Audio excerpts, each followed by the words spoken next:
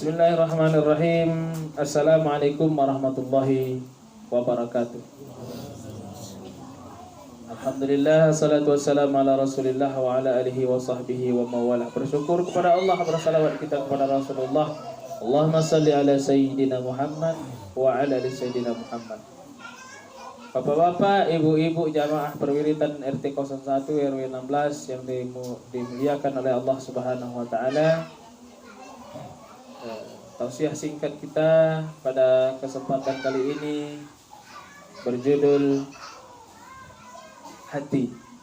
Dalam sebuah hadis Nabi sallallahu alaihi wasallam bersabda, "Ala wa inna fil jasadi mudghah, wa idza salahat salahal jasadu kulluh, wa idza fasadat fasadal jasadu kulluh, ala wa hiyal qalb." Muttafaqun alaih.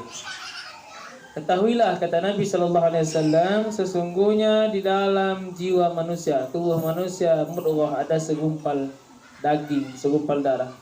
Wa idza salahat, kalau daging itu baik, salahal jasadu kulluh, maka baiklah tindak tanduknya, baiklah segala tingkah lakunya, baiklah ucapannya, bersihlah pemikirannya.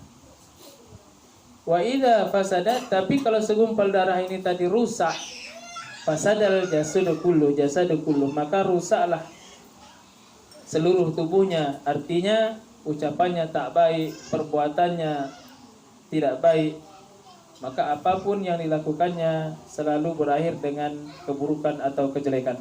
Ala wahiyal qalb, ketahuilah oleh kalian bahwasanya segumpal darah tersebut adalah jantung atau hati lah. Jadi di sini tidak bisa kita tarik ke dalam bahasa medis.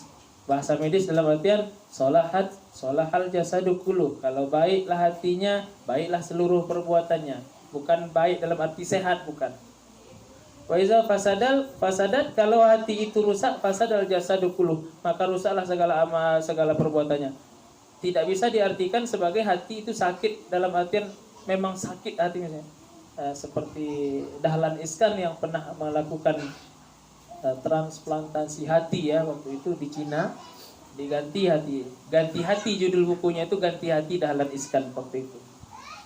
Jadi hati di situ bukan maksudnya hati yang diganti, kalau rusak diganti dengan hati baru, tidak. Rusak dalam artian menurut Imam Al-Ghazali dalam kitabnya Ihya, kitab induknya Ihya Ulumuddin, bahwasanya hati itu dikategorikan menjadi 3 hal.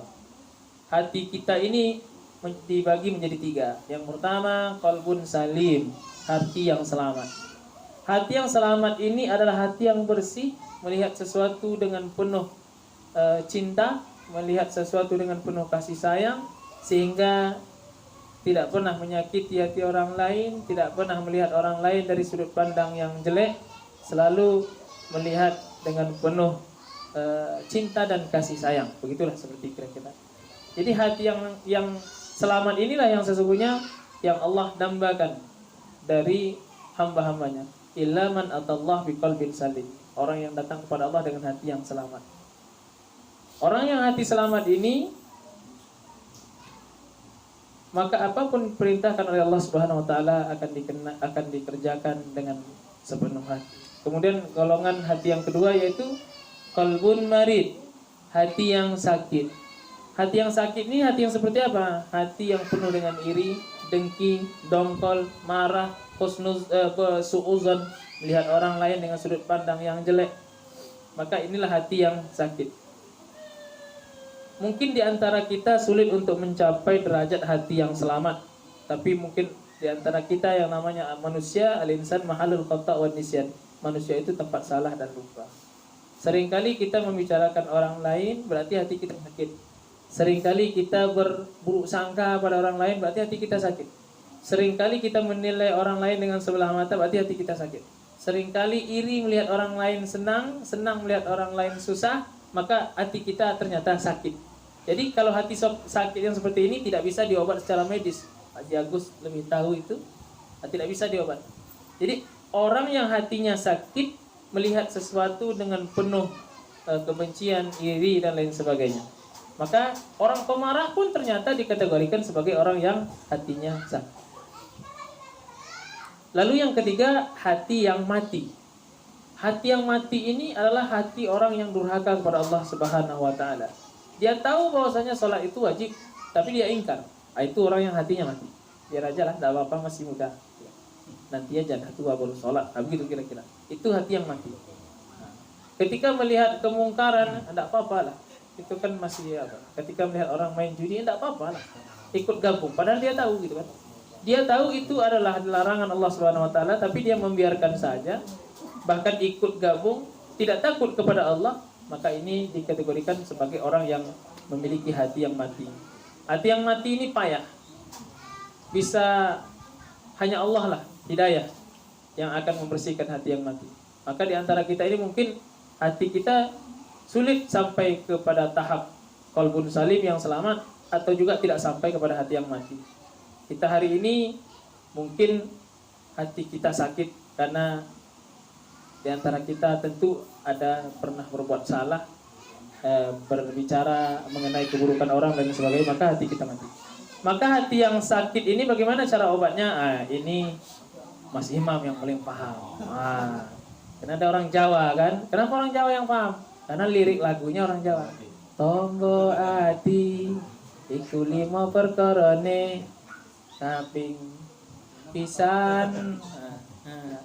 Apa ya? Saya lupa juga. Salat malam diri maca Quran. Apa Mas Imam? Maca Quran lan maknane. Itu dia. Jadi obat hati itu kalau kita ngomong orang aja, baca Quran cepat. Maca Quran lan maknane.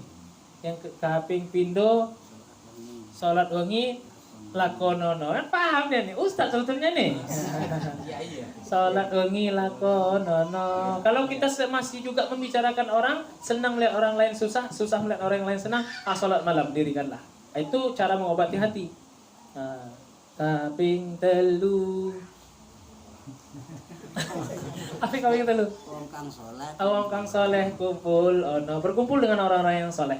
Kalau kita kumpul dengan orang-orang yang ya katakanlah penjual parfum, kita akan ketularan baunya walaupun kita tak beli gitu kan, sehingga bau busuk kita pun tak tercium sangat karena tertutup oleh bau harum parfum tadi. Tapi kalau kita berteman pada pandai besi, maka pasti kita merasakan panasnya. Kaping papat zikir wengi engkang suwe. Zikir malam banyak. Berzikirlah malam itu. La ilaha illallah. Afdalu zikri. Zikir yang paling utama ya afdalu zikri fa'lam annahu la ilaha illallah. Bahwasanya la ilaha illallah itu sudah kita bahas pada pertemuan dulu Rumah Haji Bari, yaitu pahala la ilaha illallah itu kalau diterima oleh Allah Subhanahu wa taala, maka pahala la ilaha illallah lebih berat daripada dunia beserta isinya ditimbang berat la ilaha illallah lagi.